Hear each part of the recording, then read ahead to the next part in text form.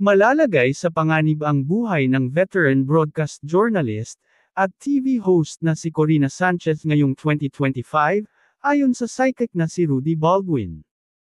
Iyan ang nakitang pangitain ni Rudy Baldwin, nang magkaharap sila ng batikang mamamayag sa programa nitong Rated Corina, kamakailan. Ayon sa kilalang psychic, nakikita niya si Corina na masasangkot sa isang aksidente, na posibleng mangyari sa mga petsang July 26, July 29, August 2, at August 14.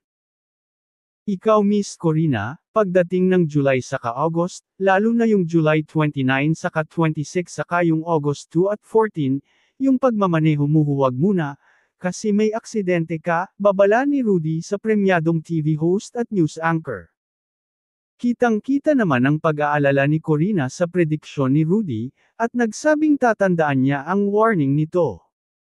Sinabihan pa niya ang kanyang personal assistant na ilista at tandaan ang mga date na sinabi ni Rudy.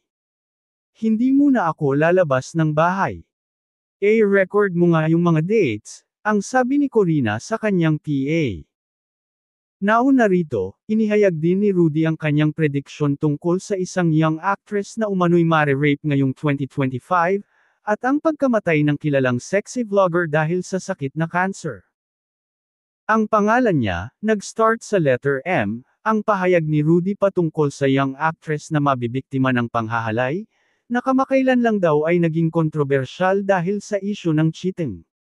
Nakikita rin daw ni Rudy ang pagkamatay ng isang kilalang vloggers, na dadapuan ng isang uri ng cancer.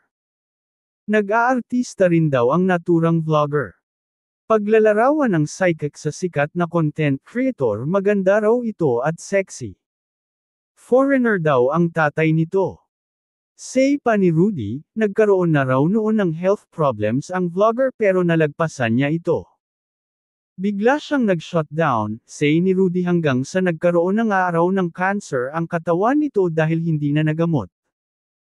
At kahit daw maraming pera ang vlogger, hindi na nito maisasalba ang kanyang buhay, hanggang doon na lang talaga siya, wala na akong nakikitang kadugtong.